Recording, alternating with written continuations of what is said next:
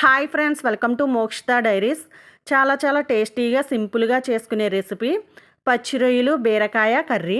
ఈ రెసిపీకి కావాల్సిన ఇంగ్రీడియంట్స్: పచ్చి రొయ్యలు, కట్ చేసుకున్న బీరకాయ, ఆనియన్స్, పచ్చిమిర్చి, సాల్ట్, కారం, పసుపు, అల్లం వెల్లుల్లి పేస్ట్, కట్ చేసుకున్న కొత్తిమీర, మసాలా పౌడర్, వెల్లుల్లి రెబ్బలు, ఆయిల్. ఇప్పుడు తయారీ విధానం: ముందుగా స్టవ్ వెలిగించి కడాయి పెట్టుకుని ఆయిల్ పోసుకోవాలి. ఆయిల్ హీట్ అయ్యేలోపు చిన్న రోలు తీసుకుని వెల్లుల్లి రెబ్బలను వేసుకుని కచ్చాపచ్చాగా దంచుకోవాలి.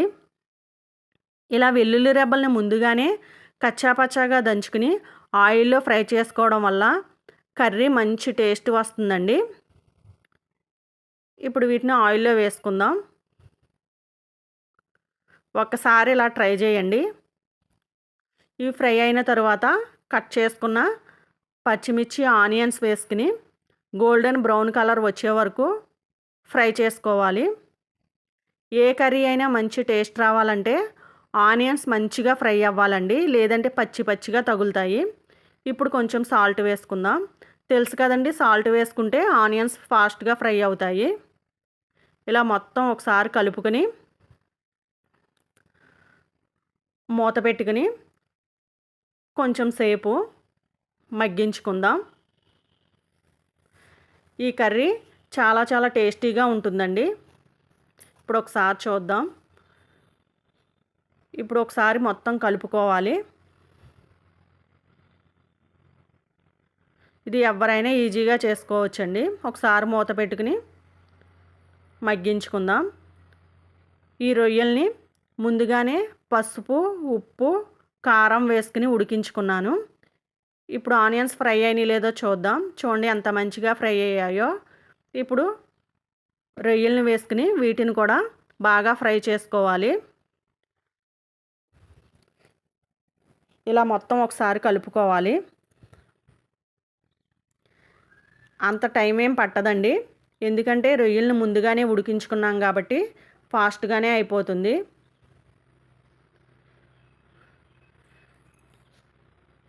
ఇప్పుడు ఇందులో కొంచెం అల్లం వెల్లుల్లి పేస్ట్ వేసుకుని పచ్చివాసన పోయేంత వరకు ఫ్రై చేసుకోవాలి. ఒక్కసారి ఇలా ట్రై చేయండి. బ్యాచిలర్స్ అయినా ఈజీగా చేసుకోవచ్చు. చాలా టేస్టీగా కూడా ఉంటుంది.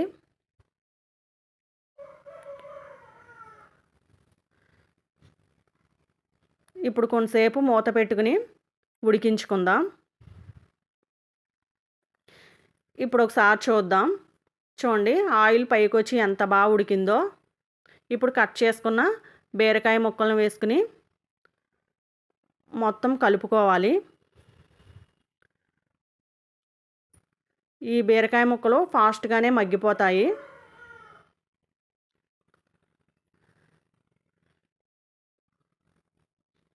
ఇప్పుడు మూత పెట్టుకుని కొంచెం సేపు ఉడికించుకుందాం. ఇప్పుడు చూద్దామండి. చూడండి ఎంత బాగా మగ్గిపోయిందో.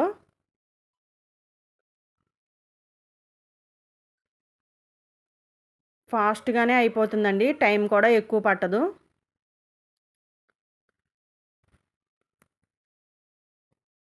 ఇప్పుడు ఇందులో కొంచెం పసుపు,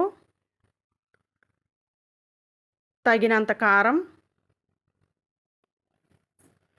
టేస్ట్కి సరిపడా సాల్ట్ వేసుకుని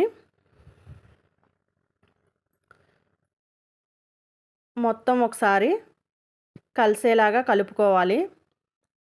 ఈ రొయ్యలు నేను అమ్మ వాళ్ళ ఇంటి దగ్గర నుంచి తెచ్చుకున్నానండి. అక్కడైతే రొయ్యలు, పీతలు, చేపలు అన్ని రకాలు దొరుకుతాయి. ఈసారి వెళ్ళినప్పుడు పీతల కర్రీ ఎలా చేసుకోవాలో అది కూడా చూపిస్తా మీకు.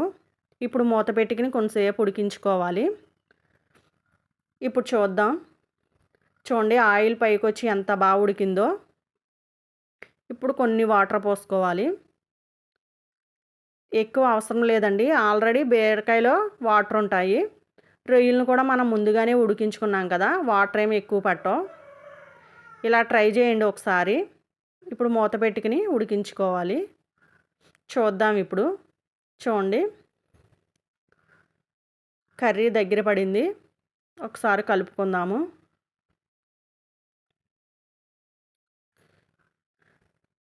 ఇప్పుడు ఇందులో మసాలా పౌడర్ వేసుకుని ఒకసారి మొత్తం కలుపుకుందాము.